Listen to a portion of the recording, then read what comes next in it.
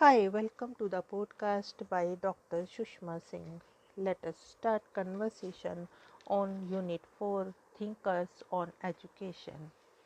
And today the thinker is John Dewey, 1859 to 1952. John Dewey was born in 1859 in Burlington, Vermont.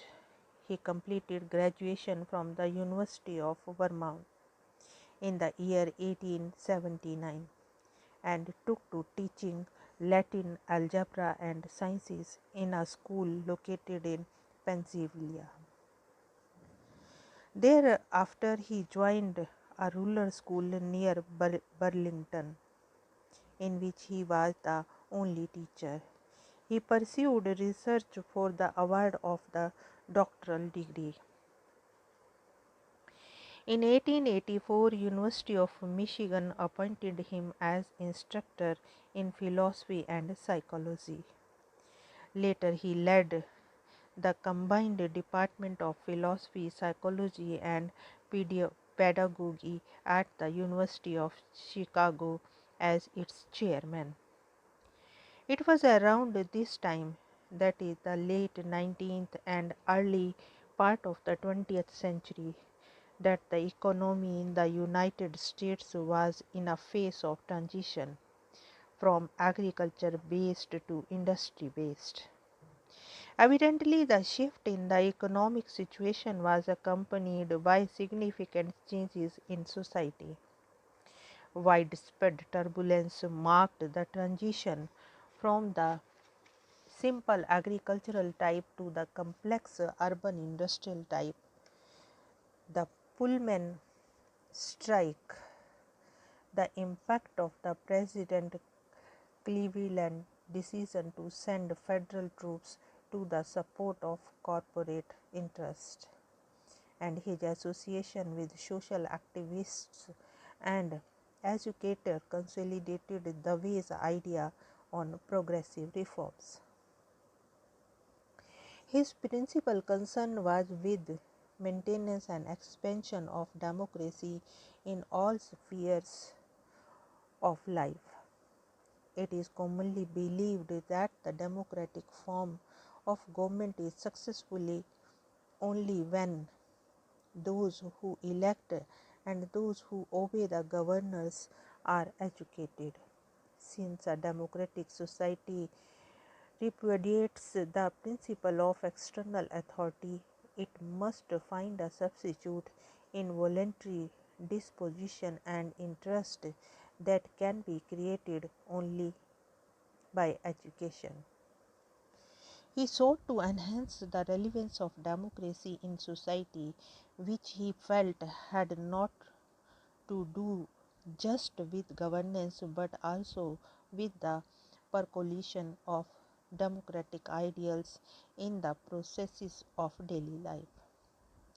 There is no denying that Dewey's approach was pragmatic and based on real life situations. He upheld that the practical circumstances provided the basis from the which ideals, values, and social institutions develop and receive legitimation.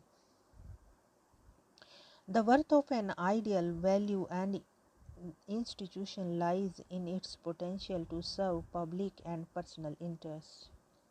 He accepted that the change in societal elements was inevitable, hence it was not appropriate to attach immutable validity or worth to any ideal, values, or institution.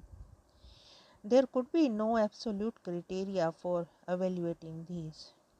A particular social ideal constitutes a criteria for educational criticism and construction.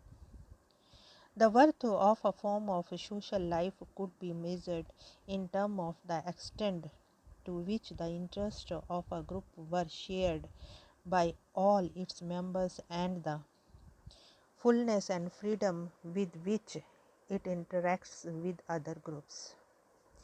A society which encourages participation in all its members on equal terms for their betterment and allows readjustment of its institutions through interaction of different forms of associated life is, to that extent, democratic.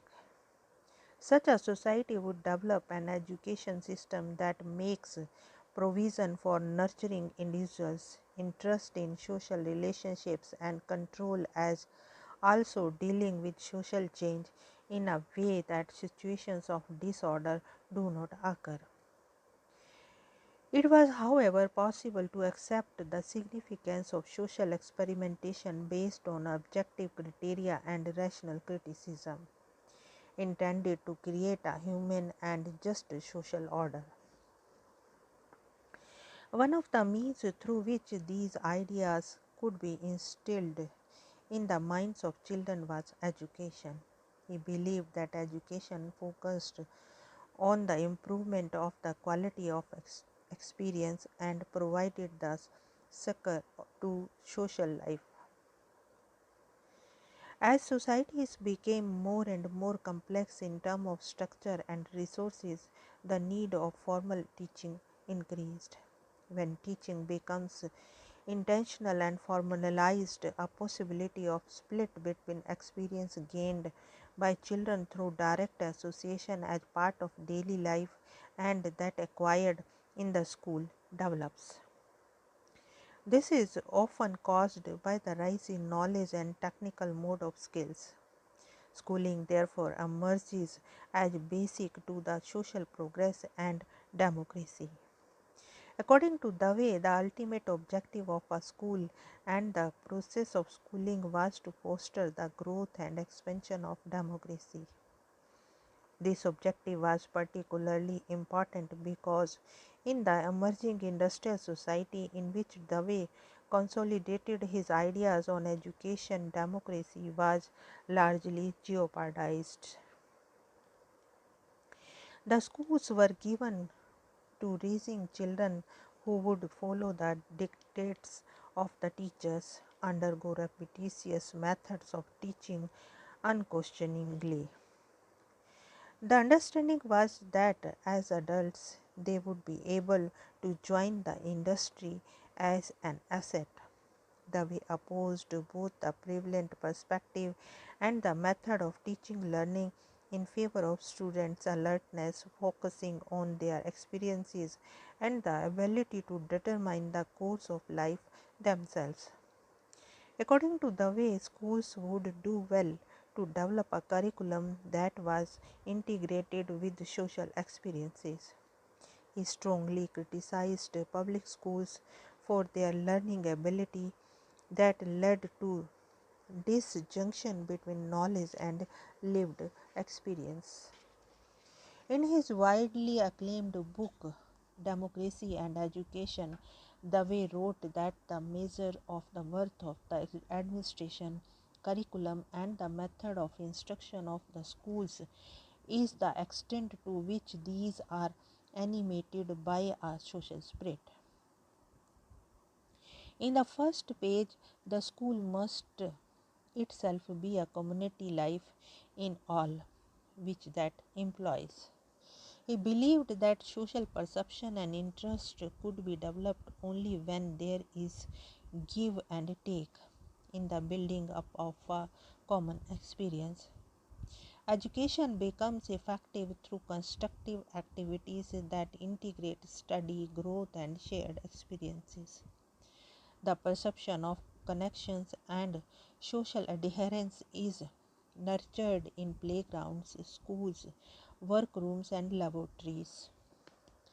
Here, natural activity tendency of youth and find full expression. The way maintained that learning in school should not be separated from that of outside the school. The continuity in learning within and outside the school can be maintained when there are numerous points of contact between their social interests. A school should safeguard and perpetuate the spirit of companionship and shared activities. Now, while a school may take upon itself the responsibility of developing social concern and understanding among children. It cannot be said that with certainty these would be available outside it. Yet, it may be accepted that till such time as learning which occurs in the regular course of study affect character, it is not appropriate to posit moral end as the unifying and culminating point of education. An educational scheme in which learning is accompanied with activities or occupations that have a social aim is worthwhile. When this happens, the school becomes a more form of miniature community which remains in close interaction with other modes of associated experiences beyond its four walls. Education which develops the ability to share in social life makes for continuous readjustment, which is essential for growth. Here we wind up the conversation, and thank you so much for choosing the podcast.